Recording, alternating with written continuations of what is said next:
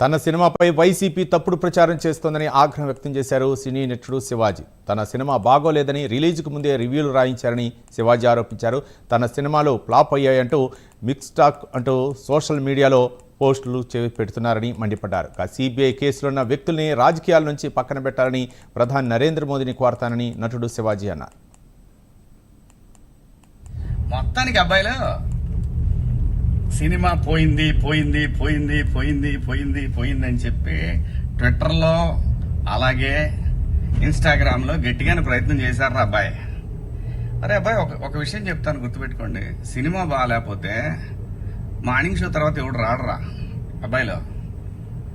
అలాగే మీ Paytm batch ఎంత తగులుకొని ఈ సినిమాని నాశనం చేయాలని ట్రై చేసినా నాకు వచ్చే లాస్ ఏం లేదు అబ్బాయి, గుర్తుపెట్టుకోండి ఈ మాట. నేను మంచి సినిమా తీశాను, అది బాగుందా బాగాలేదనేది మిక్స్డ్ టాక్ అని ఒకటి మొదలుపెట్టారు మీరు. ఆ తర్వాత ఇన్స్టాగ్రామ్లో అలాగే ట్విట్టర్లో మీ ఇష్టం వచ్చినట్టు రెచ్చిపోయారు. సినిమా రిలీజ్ కాకముందే వాడికి ఒకటే 1000 సబ్స్క్రైబర్లు ఉన్నారా నీకు పేటిఎం వర్తిస్తుందిరా, నీకు 1000 సబ్స్క్రైబర్లు ఉంటే మీకు పేటిఎం వర్తిస్తుంది. సో అలాంటి పరిస్థితిలో ఉన్న మీకు మీరు ఎంత తన్నగలాడినా నా సినిమాని మీరు ఆపలేరు కూడా. సో నా సినిమా బాగుందా లేదా అని డిసైడ్ చేయాల్సింది ఆడియన్స్. మీరు మొత్తానికి మీరైతే గెలిచారు రాబాయ్, మీరైతే గెలిచారు. ఏది సినిమాకి జనాన్ని ఆపడానికి ట్రై చేశారు, కొంతవరకు గెలిచారు. కానీ సినిమా చూసినోడు నలుగురికి చెప్తున్నాడు రాబాయ్, 4 రోజులకి ఎక్కుద్ది, లేదంటే వారానికి ఎక్కుద్ది, కానీ సినిమా ఎక్కుద్ది. రాసుకోండి ఇది. ఈ సినిమా పేటీఎం డబ్బులతో తీయలేదురా, నేను కష్టపడి 1.5 సంవత్సరం తీసా. నేను మొత్తాన్ని గట్టిగానే ట్రై చేశారు అబ్బాయి. నాకెందుకులే అని నా సినిమాలు నేను చేసుకుంటున్నా. నేను ఈ సినిమా రిలీజ్ ముందు ఇచ్చిన ఇంటర్వ్యూ మీ అందరికి చాలా ఇబ్బందిగా అనిపించింది కదా. నేను ఎప్పుడైనా మాడతా గురు, ఎవడికి భయపడను. మీలాగా ఆడెవడో ఇచ్చే పేటీఎం డబ్బుల కోసం నా బతుకు నడిస్తే చాలులే అని అనుకుని పోయే రకాన్ని కాదు నేను.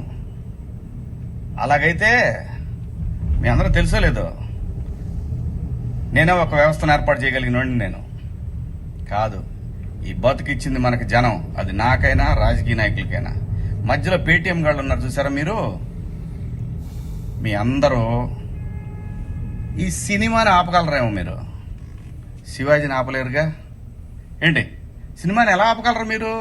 మొత్తానికి ట్వీట్లు వేసి ఇన్స్టాలో మీ ఇష్టం వచ్చినట్టు రెచ్చిపోయి సినిమాకి కొంతమంది ఇక్కడ రెగ్యులర్గా రివ్యూలు ఇచ్చే వాళ్ళతోటి రాపిచ్చేసి కింద కామెంట్లు పెట్టిచ్చేసి, ఒకడైతే వాడికి ఒక 100K సబ్స్క్రైబర్స్ ఉంటాడు.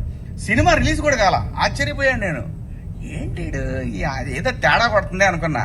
అయినా నేను కంప్లైంట్ ఇద్దాం అనుకున్నా, అయినా వద్దు పిల్లనాళ్ళు బాధపడ్డాను. కానీ రే పేటీఎం బ్యాచ్ నన్ను తగులుకుందాం అనుకుంటే మీ ఓడికే ప్రమాదం, గుర్తుపెట్టుకోండి. నేను జనం కోసం బతికే మనిషిని, జనం డబ్బుల కోసం బతికే మనిషిని కాదు. వద్దు గురు, నా జోలి వద్దు. జగన్ గారు, నేను మళ్ళీ చెప్తున్నా, నాకు రాజకీయాలు వద్దు. నాకు కావాల్సింది నేను జనం కోసం నిలబడతా. అది ఏ పార్టీ అయినా, అది మీరైనా ఇంకో పార్టీ అయినా ఎవరైనా సరే, ఎదురొస్తే జనానికి ఎదురొస్తే మాత్రం నేను నిలబడతా. కానీ నేను మాట్లాడుకుందా ఇంక నుంచి. నేను డైరెక్ట్గా అడుగుతా పిఎం గారినే, ఈ దేశంలో సిబిఐ మీద నమ్మకం ఉండాలంటే, సిబిఐ మీద నమ్మకం కుదరాలంటే ఫస్ట్ కేసులను రాజకీయ నాయకులందరినీ కూడా పక్కన పెట్టి, రాజకీయాల నుంచి పక్కన పెట్టి, వాళ్ళు మంచోళ్ళ చెడ్డోళ్ళ అని తేలిన తర్వాత వాళ్ళని పాలిటిక్స్ లో ఉండే విధంగా చేయగలిగితే బాగుంటుందని పిఎం గారిని కూడా అడుగుదాం అనుకున్నాం. ఇక నుంచి మేము రోజు అడుగుతా, ఇక నుంచి మీకు రోజు నా జోలు రావద్దు. నేను నా బతుకు నేను బతుకుతున్నా, నిజాయితీగా బతుకుతున్నా. ఏ రాజకీయ పార్టీ దగ్గర పోయి చేయి జాపలా. మీరంటే భయపడతామా? ఏం చేస్తారు అబ్బాయి? మీ గవర్నమెంట్ ఉన్నప్పుడే ఏం చేయలేకపోయారు, నన్ను ఎందుకు చేయలేకపోయారు తెలుసా? పైన నేచర్ ఒకటి ఉంది అబ్బాయి, రప్ప ఇవన్నీ బాగుంటాయి వీడియోల్లోనూ వాటిలో చూసుకోవటానికిను. ఎగేసుకొని మనం భుజాన రేపేదో జరుగుద్దని ఊహించుకోండి. మనందరికంటే ప్రకృతి గొప్పది అబ్బాయి, గుర్తుపెట్టుకోండి. అయినా వ్యవస్థ గురించి ఆలోచించాలి, కానీ ఎవడో ఒకటి డబ్బు సంపాదించుకుందాం జనం మీదని వాడి కోసం వాడిచ్చే 1000 రూపాయలు, 4000, 10,000, 20,000, 1,00,000, 2 లక్షల రూపాయల కోసం ఎంతమంది భావితరాల భవిష్యత్తు ఆడుకుంటారా మీరంతా? బుద్ధి ఉందంటారా మీకేమన్నా? మనందరం ఏమి లేకుండా ఇంత దూరం వచ్చాం కదా. మాట్లాడుకుందారా బాయ్, రేపు నుంచి మాట్లాడదాం మీ నాయకుడి గురించి, మీ పేటీఎం బ్యాచ్ గురించి. ఇంకా ఉన్నారు తీస్తా, ఇప్పుడు దాకా సైలెంట్గా ఉన్నా నేను.